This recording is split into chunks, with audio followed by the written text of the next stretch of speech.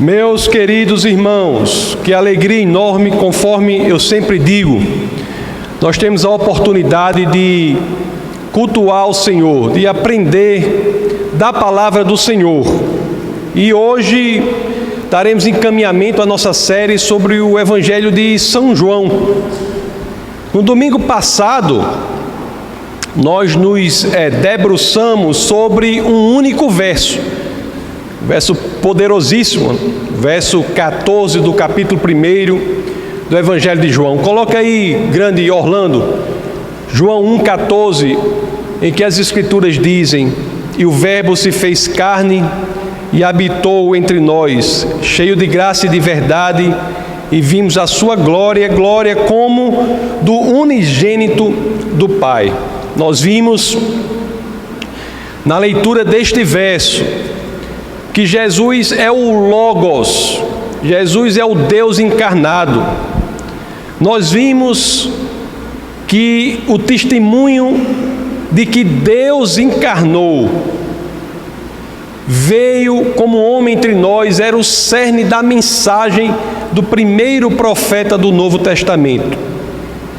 E é exatamente entendendo isso, que essa mensagem era o centro do ministério do primeiro profeta do Novo Testamento, João Batista, que nós ingressamos agora, no primeiro verso do texto base do nosso bate-papo de hoje. Então é por isso que eu peço a vocês que, é claro, assim querendo, abram as Escrituras naquele que é o primeiro verso do texto base do nosso bate-papo de hoje, que é João capítulo 1, verso 15.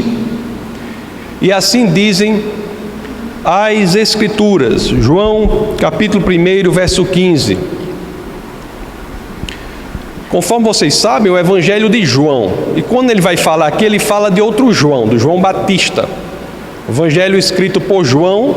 E quando João, o evangelista, se refere em seu Evangelho a João, ele está se referindo a João o Batista. Então, no capítulo 1, do verso 15 do Evangelho de São João, as Escrituras assim nos dizem: João, que é o João Batista, João dá testemunho dele, testemunho de Cristo. Ele exclama: este é aquele de quem eu falei, aquele que vem depois de mim é superior a mim, porque já existia antes de mim. Meus queridos, ele diz assim, não é? Este é aquele de quem eu falei. Ele dá testemunho de Cristo.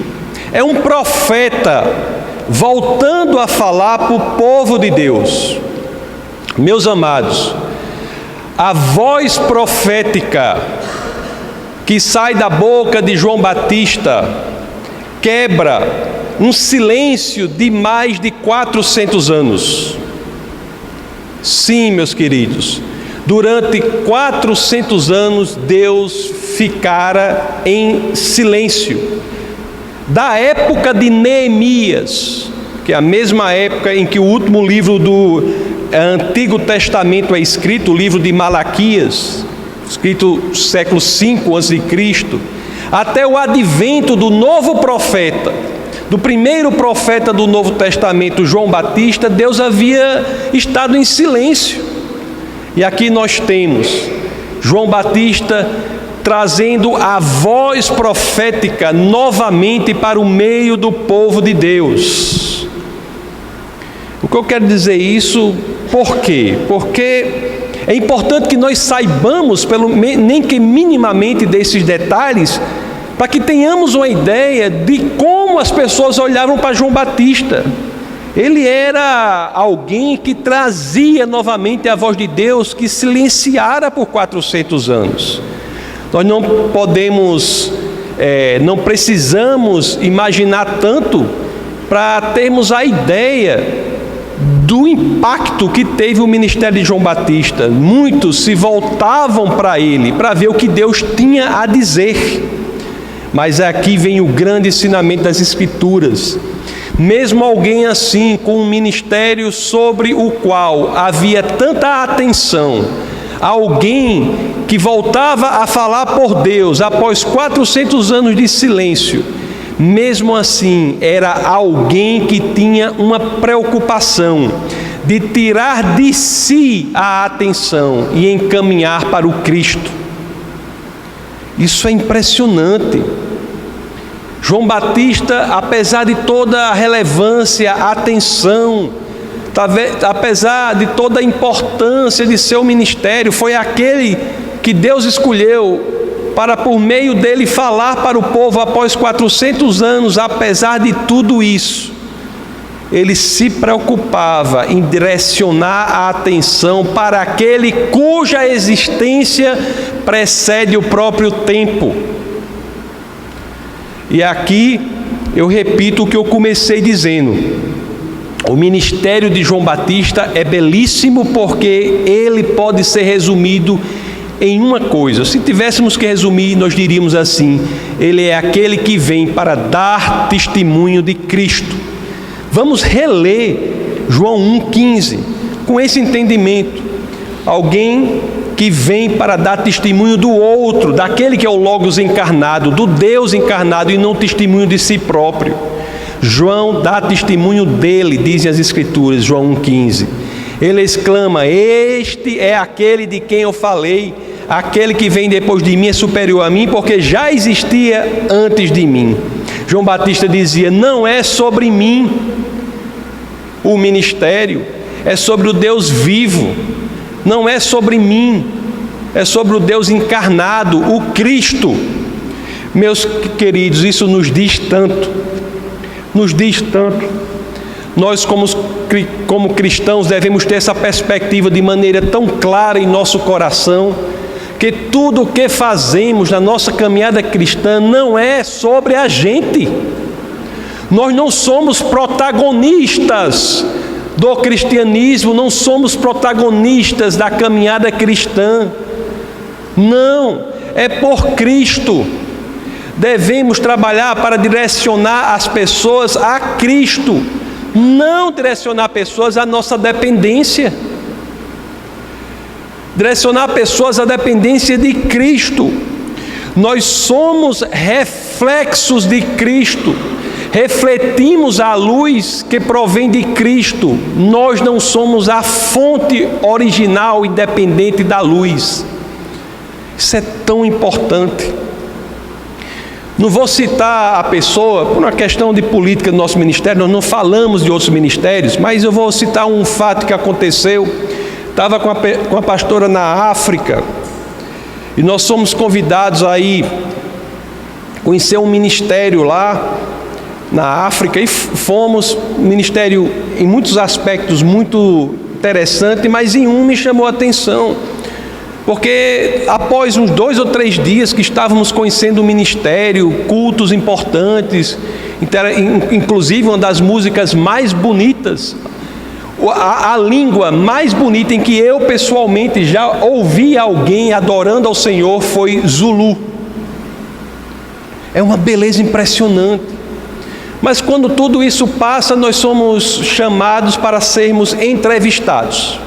Uma televisão lá do ministério deles lá, desse ministério que eu vou me permitir pedir licença para não declinar o nome, não dizer o nome. E a pergunta que a pessoa faz é assim: o que você sentiu quando fulano de tal, que era o pastor, entrou na sala? O que você sentiu quando o homem de Deus entrou na sala? E depois perguntava coisas assim, direcionando a uma pessoa e não a Cristo.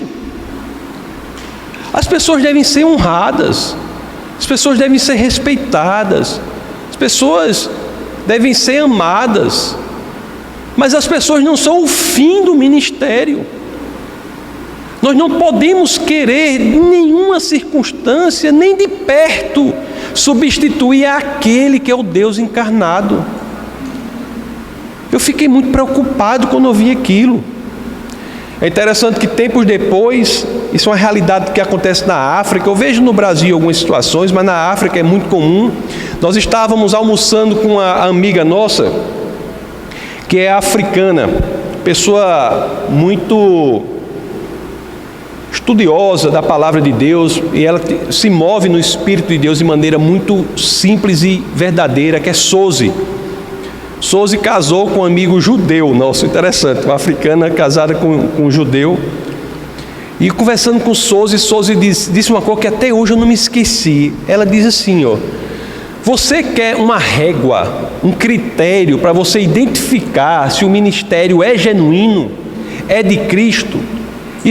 Ela diz que na África isso é claramente importante para que você utilize isso para saber. E ela dizia assim: quando o ministério aponta para qualquer outra pessoa que não para Cristo, você deve acender o sinal vermelho. Seu critério, eu nunca me esqueci disso. Rapaz, realmente, o ministério genuíno aponta para Cristo.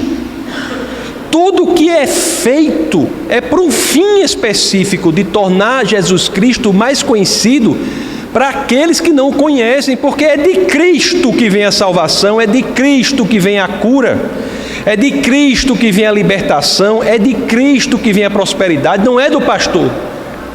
Nenhum homem tem poderes sobrenaturais. Se os tiver e não for de Cristo,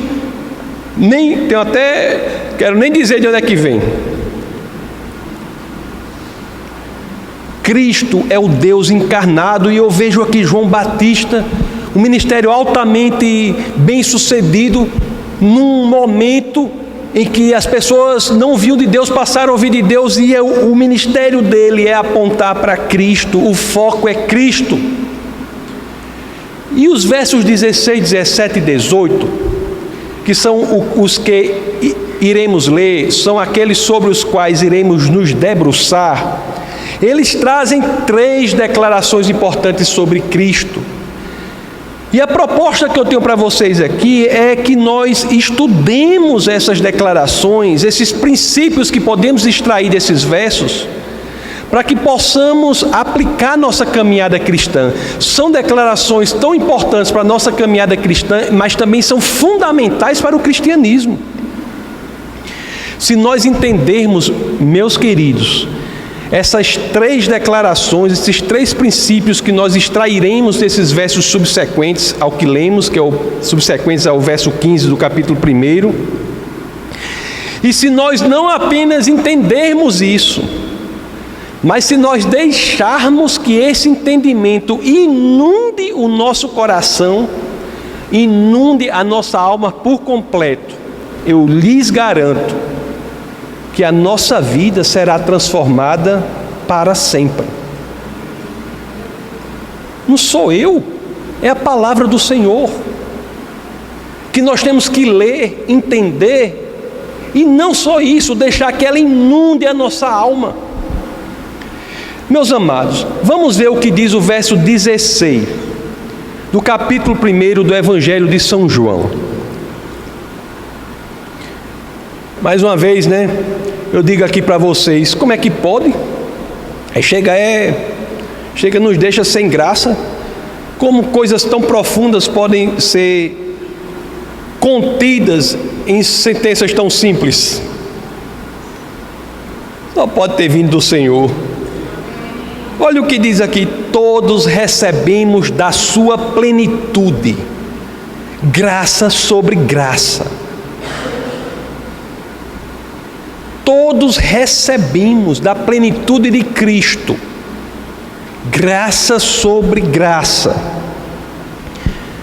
Se você pensar bem, e se você olhar bem para esta declaração, você vai ver que essa declaração ela é capaz de produzir, promover um impacto tão profundo em nossas vidas que nunca mais seremos os mesmos. Você já pensou sobre isso? Sobre essa declaração, todos recebemos de quê? De uma migalha? De um elemento e não de outro? De algo que não é suficiente? Todos recebemos de quê? Da plenitude, do Logos encarnado. Meus queridos, se isso agora está em seu cérebro, faça o esforço de levá-lo ao seu coração. Porque nos momentos mais difíceis de nossa vida, e todos temos momentos difíceis, eu tenho um momento difícil, a pastora tem um momento difícil, todo mundo tem um momento difícil.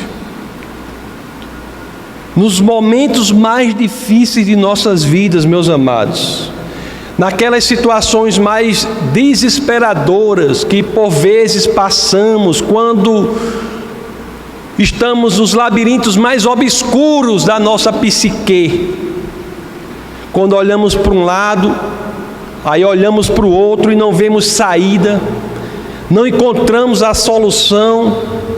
O que é que nós temos de ter tatuado em nosso coração? O que? Esta declaração que é feita sobre Cristo e que nos atinge, todos recebemos da sua plenitude, graça sobre graça. Meus amados, eu peço licença, mas nesse ponto aqui eu não posso evitar de ir ao original no grego para lhes dizer uma coisa. Esse termo plenitude aqui não passa de uma tradução pífia, frívola, superficial, uma tradução limitadora do que a palavra quer dizer no original grego. Em grego, o que somos ensinados é que todos recebemos do pleroma de Deus. A ideia de pleroma, meus amados, é ampla. Significa superabundância, completude, presença, ação, poder, riquezas de Deus. Meus queridos, às vezes nós lemos as Escrituras e o problema nunca está nas Escrituras. O problema às vezes reside na nossa capacidade de nos debruçarmos e entendermos as Escrituras, e quando entendemos as Escrituras, às vezes o problema não está nem ali, está na situação, não do intelecto, mas na situação da vontade. Não basta que entendamos o que a palavra de Deus diz, mas nós temos que querer que ela inunde o nosso ser, nos transforme, nos modifique, molde a nossa personalidade. Você está entendendo o poder prático, a capacidade prática, transformadora que essa expressão pode nos causar, pode causar em nossa vida? Todos recebemos da superabundância, da completude, da presença, da ação, do poder, da riqueza de Deus, e não de uma só vez, graça sobre graça. Meus queridos irmãos, a suficiência, que é algo que tantos buscam, tantos buscamos, não está em outro lugar, está em Cristo Jesus. Cristo Jesus. Aliás, se vamos para o grego, entendemos que mais do que a suficiência é a superabundância necessária. Para quê? Para que possamos nos envolver naquilo para o que fomos chamados aqui na terra. Se nós buscarmos verdadeiramente em todas as áreas, nós iremos receber do Senhor a superabundância que nos capacitará para quê? Não para que nós possamos eleger um outro Deus no lugar do verdadeiro, mas que nós possamos potencializar o nosso chamado, potencializar o que temos de fazer aqui na terra, que é o quê? Tornar Jesus Cristo mais conhecido para aqueles que ainda não o conhecem. Falta disposição? Busque em Cristo. Falta-lhe alegria? Eu vejo às vezes pessoas servindo ao Senhor por anos sem alegria. Não é assim. Dificuldade é diferente de alegria. Servindo por anos sem alegria, falta alegria, algo errado. Busque-a em Cristo. Às vezes tem muito crente frouxo, crente covarde, falta coragem Busque em Cristo. Falta ideias, busque naquele de quem podemos ter a plenitude, busque-as em Cristo. Falta recursos, busque em Cristo. Meus amados, parece uma coisa de uma obviedade impressionante, mas se você pensar bem, você facilmente se encontra na situação em que não faz isso. Muitos só vão ao Senhor quando já tentaram de tudo e nada deu certo.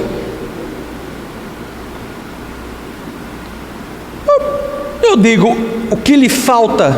Busque primeiramente em Cristo. Você pode dizer para mim, esse pastor está falando óbvio. Antes fosse. Quantas vezes nós não somos tentados, e este que vos fala é tentado da mesma forma, a buscarmos em nós mesmos a solução em primeiro lugar, quando devemos sempre colocar tudo aos pés da cruz. Tem uma holandesa, que é Corrie ten Boom, e a família dela, durante a guerra, ela escondia judeus na sua casa, para que os nazistas não levassem os judeus para os campos de concentração. E essa holandesa foi descoberta e ela mesma foi levada ao campo de concentração. Nazistas descobriram e levaram-na para o campo de concentração. Então ela depois saiu, conseguiu sobreviver, saiu e escreveu muito sobre aqueles momentos em que teve de buscar esperança, quando olhava para um lado, olhava para o outro, não tinha nada em que se apegar. E a resposta a que chegou, qual foi? Cristo Jesus. Cristo Jesus.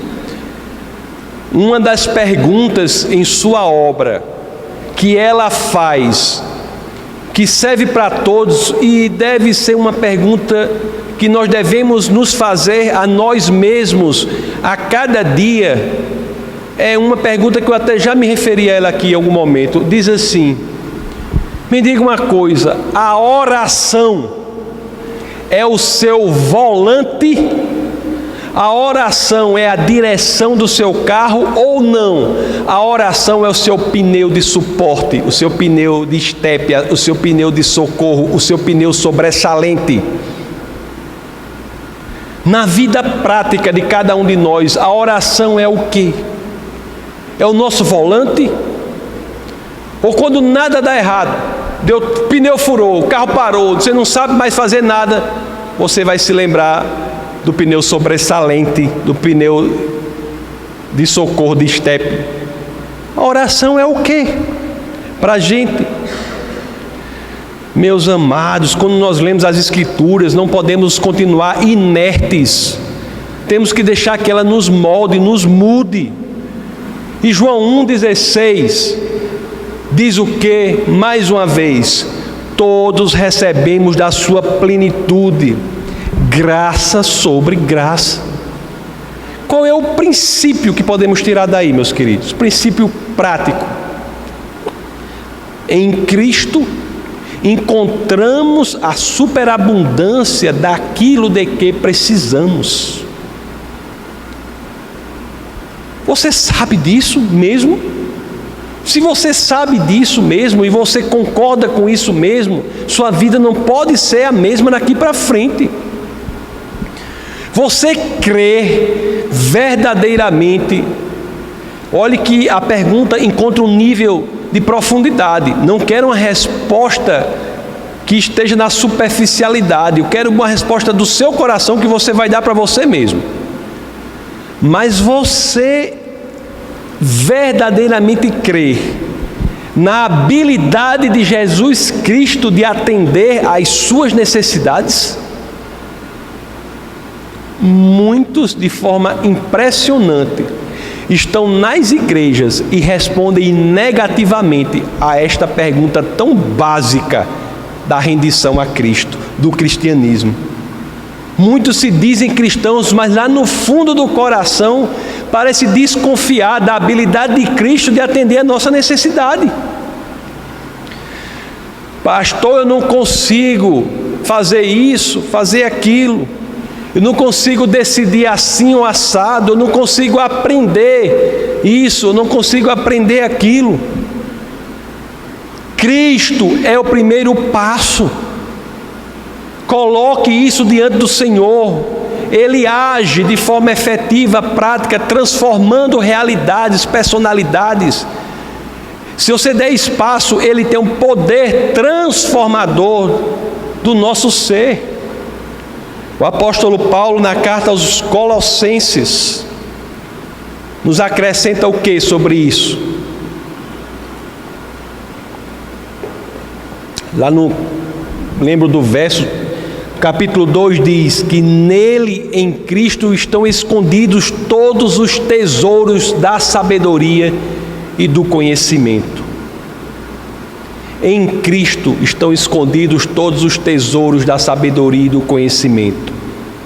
Se é assim, meus amados, o que nos faz não orarmos para Deus, para o Senhor, antes de qualquer atitude, qualquer decisão, qualquer ação, qualquer estudo, qualquer trabalho, qualquer namoro. A pessoa é solteira, vai namorar, quer namorar fulano. Ou a mulher quer namorar fulano, o homem quer namorar fulana. Ore. Ore. Você tem um trabalho, tem um salário X. Você recebe uma proposta de salário 2x. Não é para você aceitar imediatamente não, meus amados. Ore. Ore. Nem tudo que aparenta bom é bom. Nem tudo que aparenta bom é de Deus. Como sabemos? Sendo a oração o nosso volante, não o nosso pneu de estepe com tudo errado mais para frente. Geralmente, um trabalho que pague 2 vezes que você ganha, geralmente é bom. Estou dizendo que é ruim não, viu?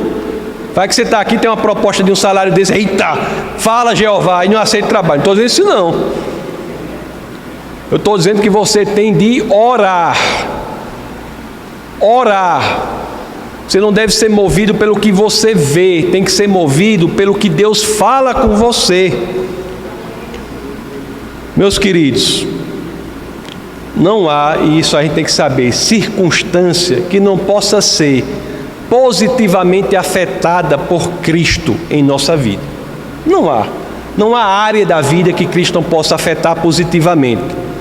Na carta aos Efésios, no capítulo 1, nos versos 22 a 23, as Escrituras dizem: Deus colocou todas as coisas debaixo dos seus pés e o designou cabeça de todas as coisas para a igreja, que é o seu corpo, a plenitude daquele que enche todas as coisas em toda e qualquer circunstância. Mas para isso, nós temos de convidá-lo a vir para o centro das nossas decisões. Muitos têm em Cristo, ou querem dar a Cristo, o papel homologador. Quer que Cristo seja aquele que vai homologar, vai carimbar, vai dar o ok no que a gente decide. Muitos buscam em Cristo aquele carimbo homologador. Eu decido assim, Jesus está no negócio, porque você já quer que Jesus carimbe e deu ok. Papel homologador de Cristo. Não, nós devemos ter em Cristo aquele não que homologa, aquele que decide. Nosso papel é o papel da obediência, não a nossa vontade, da obediência à vontade do Senhor. Ainda em relação ao verso 16, no capítulo 1, eu já falei um pouco sobre isso, mas vou retomar, porque isso é tão bonito. João 1,16, todos recebemos a sua plenitude, e essa parte final, graça sobre graça. não só recebemos a superabundância de Deus, da plenitude de Deus em Cristo Jesus, mas nós recebemos isso num formato específico. E esse formato é graça sobre graça. Fiquei pensando numa imagem para isso. Eu pensei assim nas ondas do mar, uma sobre a outra, graça sobre graça, uma cadeia que não se quebra, uma cadeia inquebrantável de graças, de misericórdias, uma cadeia inquebrantável de graças e misericórdias que o Senhor vai derramando sobre nós a cada momento. Essa expressão do amor de Cristo, meus queridos, por nós. Expressão do amor de Cristo por nós. Lá no livro de Jeremias, não Jeremias, Lamentações, escrito por Jeremias, pelo profeta Chorão. Lá em Lamentações, no capítulo 3, no verso 22 a 23, as Escrituras dizem: graças ao grande amor do Senhor é que não somos consumidos, pois as suas misericórdias são inesgotáveis. E o 23 diz: renovam-se a cada manhã, grande é a sua fidelidade. Meus queridos, o nosso Deus é um Deus maravilhoso. Aquela história, né, da caminhonete. Às vezes a gente está tão longe dele. História da caminhonete, que para quem não conhece, que é uma caminhonete daquelas antigas, que o banco da frente não tinha divisão, só tinha um. Lá em nós tem muito dessas ainda, tem.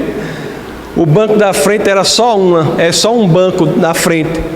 Aí a moça, quando começou a namorar com o rapaz dirigia e ela era bem pertinho dele, né, abraçado dele. Aí foi passando, tempo passando, casou.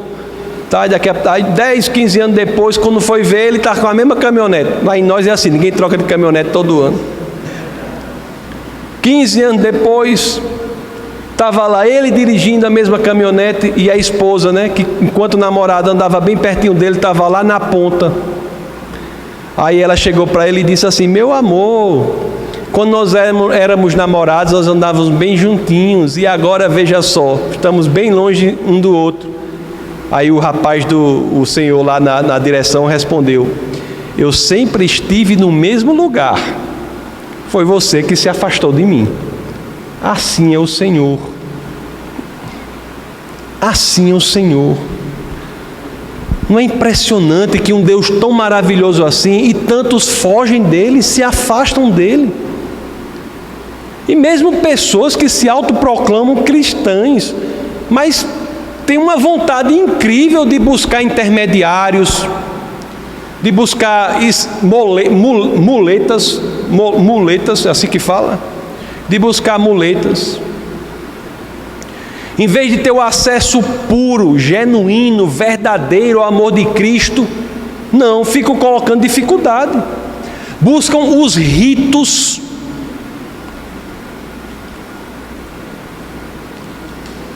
O amor de Cristo perfeito está aí. Buscam os ritos, ficam às vezes feito baratas tontas, zigue-zagueando de lugar em lugar em busca de profecias destrambelhadas. Profecias existem, mas você não deve estar buscando pessoas para ouvir profecia, não. Deus pode usar qualquer pessoa para falar uma coisa específica para você, mas você tem acesso direto ao Pai. Sua experiência de cristianismo nem andar por aí de lugar a lugar tentando buscar uma palavra que às vezes, e eu falo por experiência de tantas pessoas que nos procuram, né? Pastor, fica sabendo dessas coisas. Pessoas que têm a vida destruída por seguirem uma palavra doida, buscando intermediários, buscam desesperadamente a lei em vez de Cristo, escutam o que o pastor fala sem confrontar com as Escrituras. Tudo o que eu falar aqui deve ser confrontado com as Escrituras. A autoridade maior não sou eu, são as Escrituras. Você escuta uma coisa do pastor claramente contrária às Escrituras, você segue. Tudo isso, esse mundo confuso, enfumaçado, cheio de dificuldade que nós mesmos colocamos quando Cristo está ali dizendo: procure-me e serás pleno. Meus amados,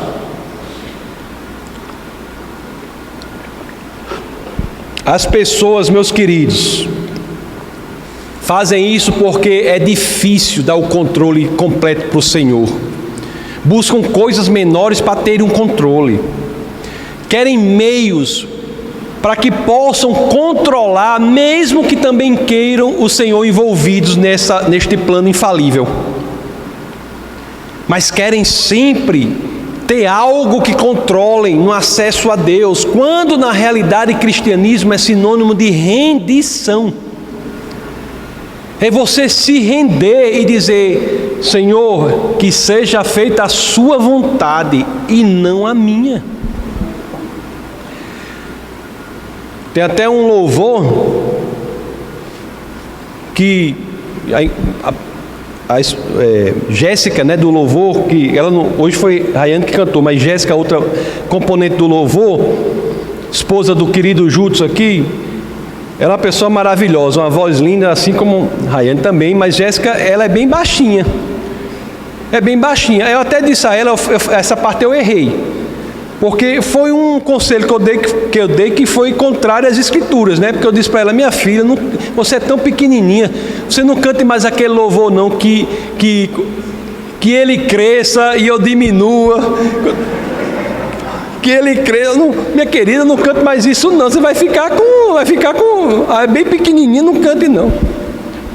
Mas as Escrituras dizem que é para cantar mesmo, né? É para cantar mesmo.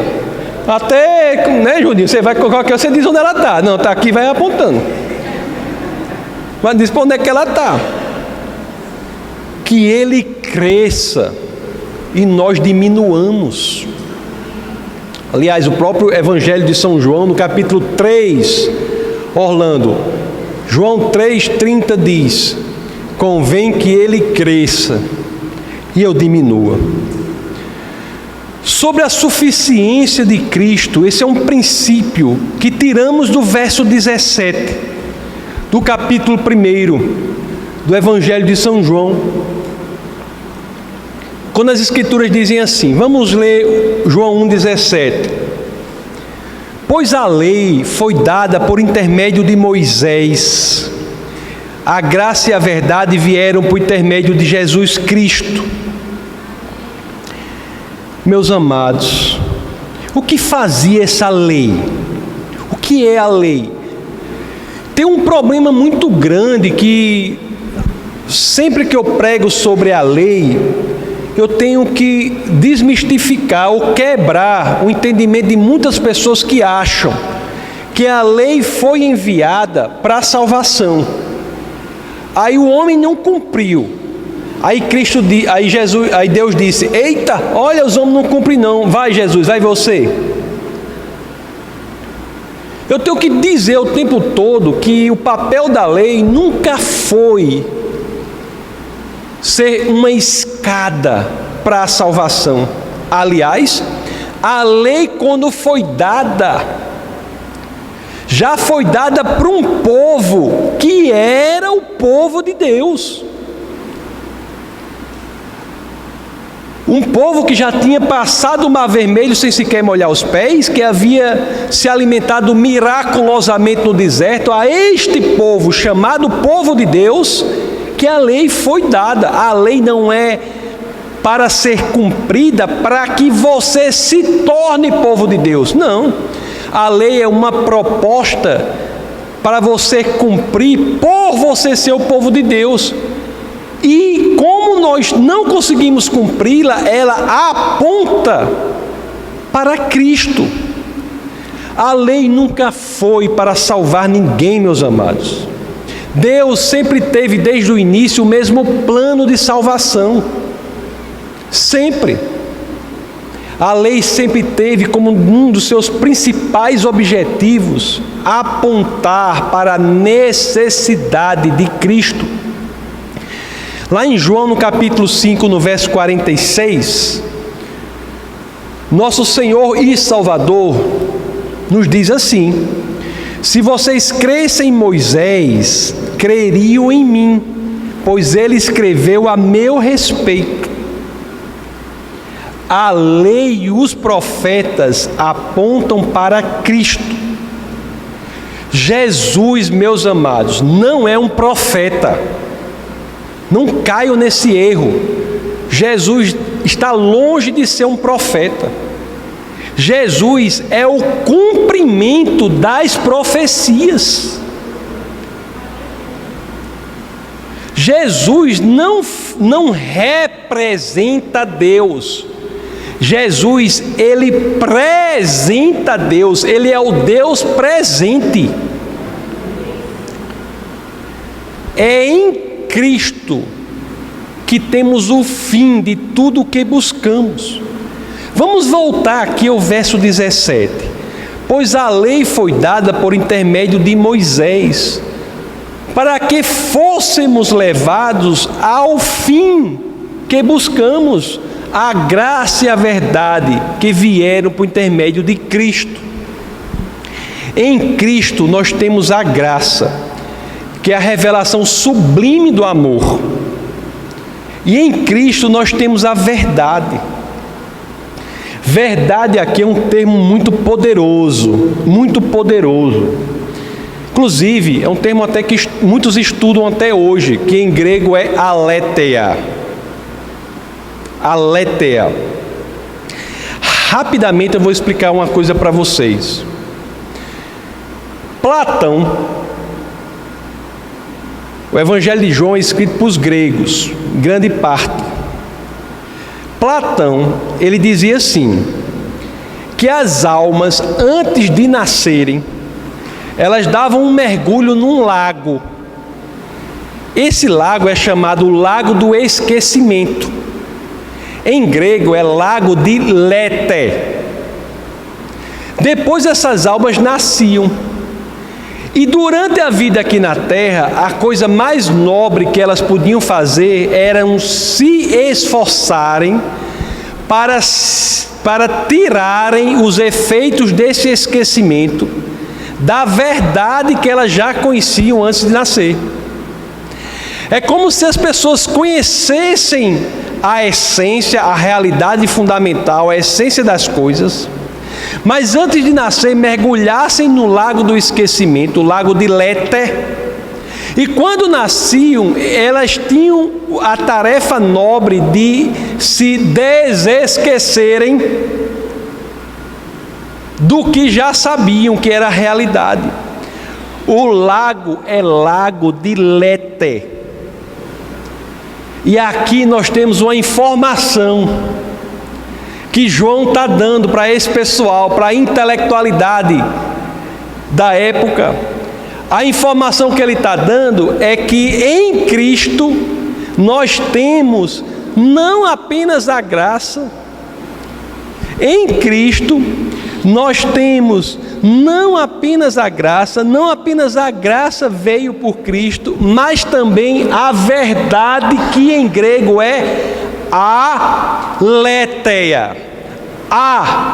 Em grego, que é o alfa, em grego, assim como em português, é um prefixo de negação.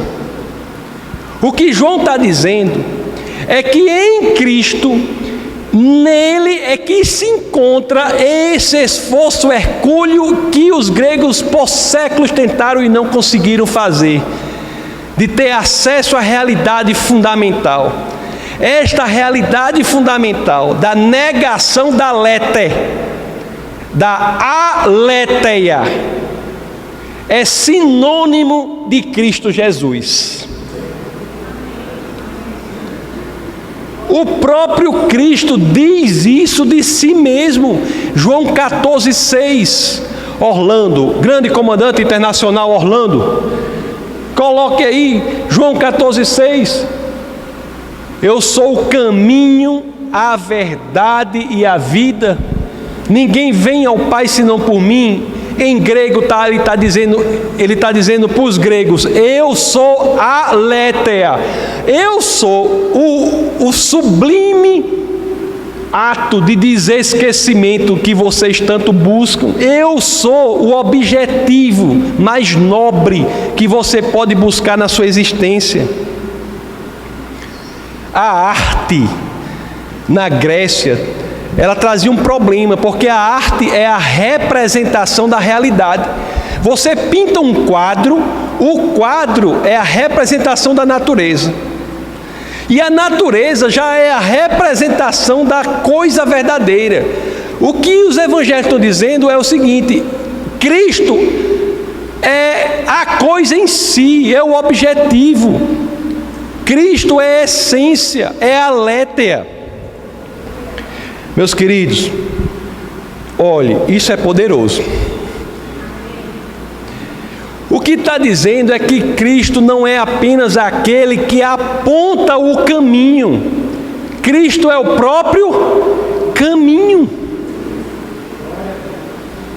Cristo não é apenas o carteiro. Ele é a própria mensagem. É o carteiro que é a mensagem. É impressionante os evangelhos, especialmente o evangelho de São João, como ele toca temas profundos. A realidade em si, o evangelho de João diz, é Cristo Jesus. Portanto, meus queridos, desses dois versos nós extraímos esses princípios. Do verso 16, 1,16, nós extraímos: em Cristo encontramos a superabundância daquilo de que precisamos.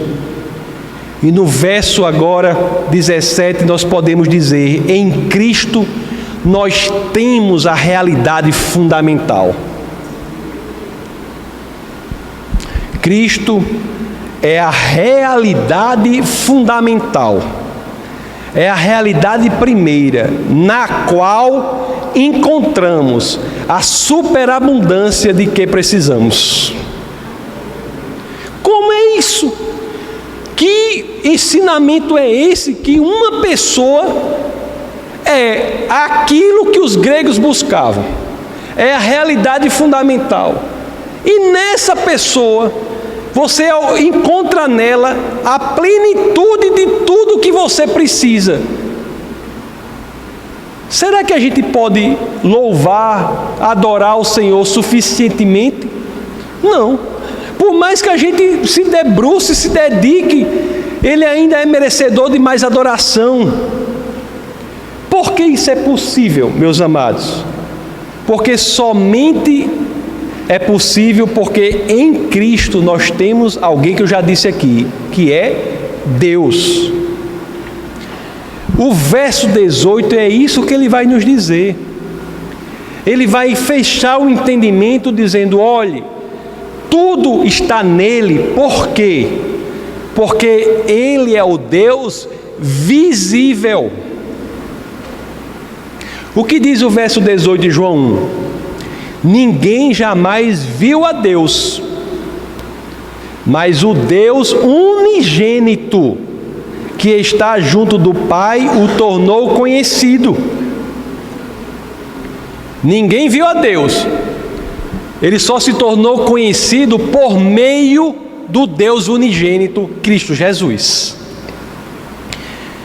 O apóstolo Paulo, na sua carta aos Colossenses, logo no começo, capítulo 1, verso 15, diz assim: este é a imagem do Deus invisível, o primogênito de toda a criação. Cristo é a imagem visível do Deus invisível. Cristo é unigênito porque só há um igual a Ele. Por mais que você seja filho de Deus, você não é igual a Cristo. Ele é unigênito porque só há um que é Deus e homem. E ele é primogênito porque a nós nos foi dado o direito de sermos chamados filhos de Deus. Meus amados, ser filho de Deus é algo incrível, né? Filho de Deus, esse direito que temos de sermos chamados filhos de Deus é algo que nos dá a garantia de um futuro glorioso.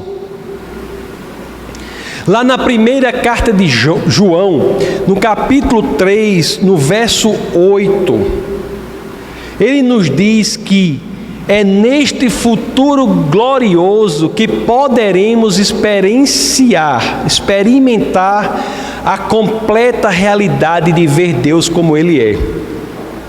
1 de João 3:2. Primeira Epístola de São João, capítulo 3, verso 2. Quando as Escrituras dizem: amados, agora somos filhos de Deus e ainda não se manifestou o que havemos de ser. Não sabemos que, quando Ele se manifestar, seremos semelhantes a Ele, pois o veremos como Ele é. Eu estou ansiosamente esperando esse momento. Não que eu queira morrer logo, né? Mas ansiosamente esperando. A visão, olhe só. Nossa realidade hoje, nós não vemos a Deus senão por meio de Cristo. Cristo é o Deus visível. Mas há uma esperança do futuro glorioso em que veremos Deus como Ele é. Essa será a visão de Deus, é a transfiguração final do ser humano. No paraíso, quando não houver mais pecado, transgressão, morte, veremos Deus como Ele é. Será o cumprimento da promessa que nós temos lá em Mateus 5:8. Bem-aventurados os puros de coração, pois verão a Deus. Por enquanto aqui na terra, meus queridos, ninguém pode ver Deus, a não ser por sua revelação em Cristo.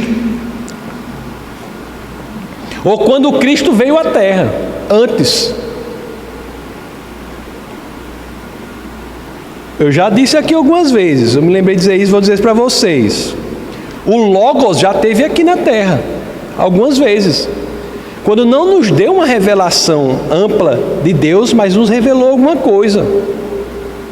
No dia da queda do homem, o Logos esteve aqui na terra. Jesus esteve aqui na terra. A segunda pessoa da Trindade esteve na terra. A segunda pessoa da Trindade é o ponto de interseção, de contato entre a Trindade e a alma do pecador. Abra em Gênesis 3:21. No dia da queda, que o homem caiu, as Escrituras dizem: fez o Senhor Deus vestimenta de peles para Adão e sua mulher e os vestiu. Já teve aqui. Antes de Jesus ter vindo à terra, meus amados, para trabalhar como carpinteiro, você saiba, viu? Que ele já esteve aqui para trabalhar como alfaiate. Mas eu quero dizer algo mais aqui sobre João 1:8. Já me encaminhando para a conclusão dessa exposição à palavra de Deus. João 1:8 diz assim: ninguém jamais viu a Deus, mas o Deus unigênito que está... Pode ficar, Judinho, daqui a pouco você solta. Daqui a pouco você solta. Porque senão os barulhos aqui ficam peco. Ninguém jamais viu a Deus, mas o Deus unigênito que está junto do Pai o tornou conhecido.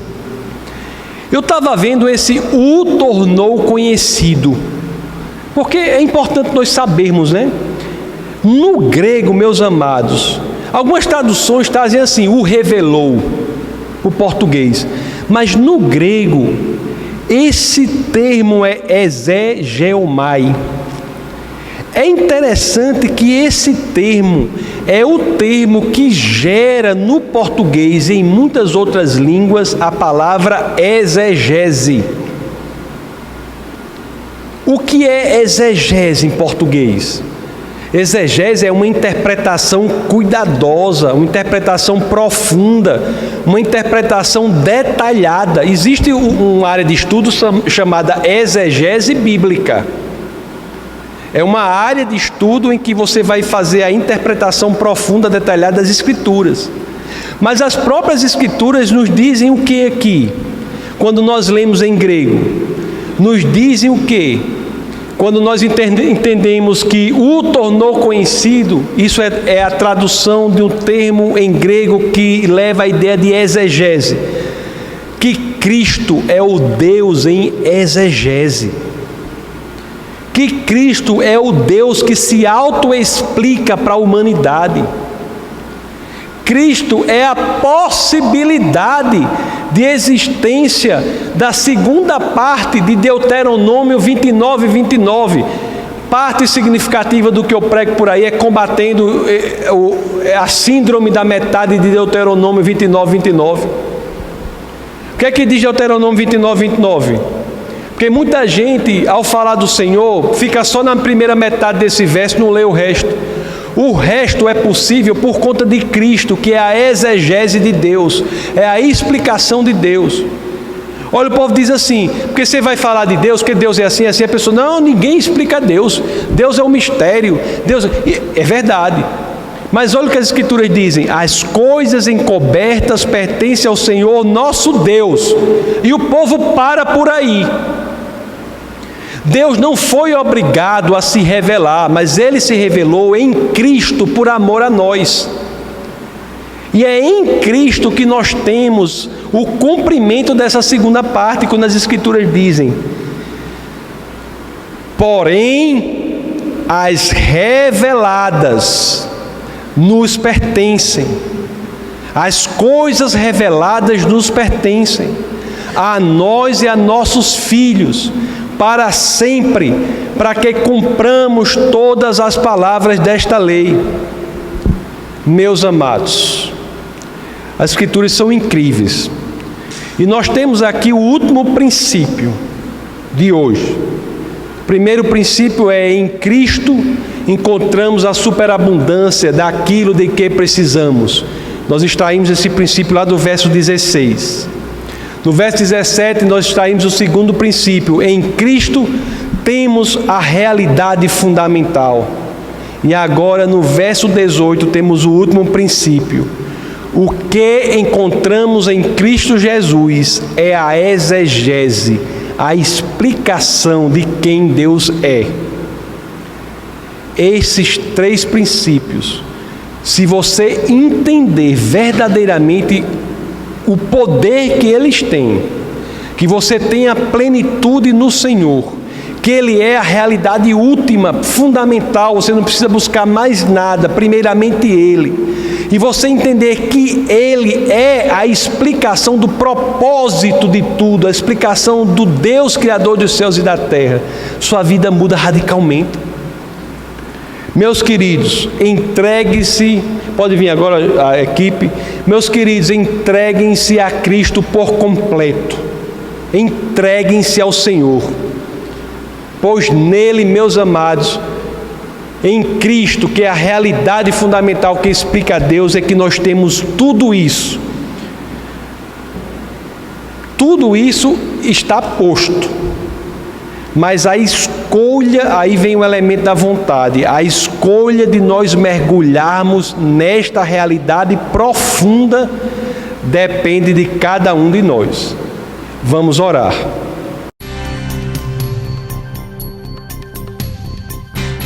Essa foi uma produção do Ministério Internacional Defesa da Fé, um ministério comprometido em amar as pessoas, abraçar a verdade e glorificar a Deus.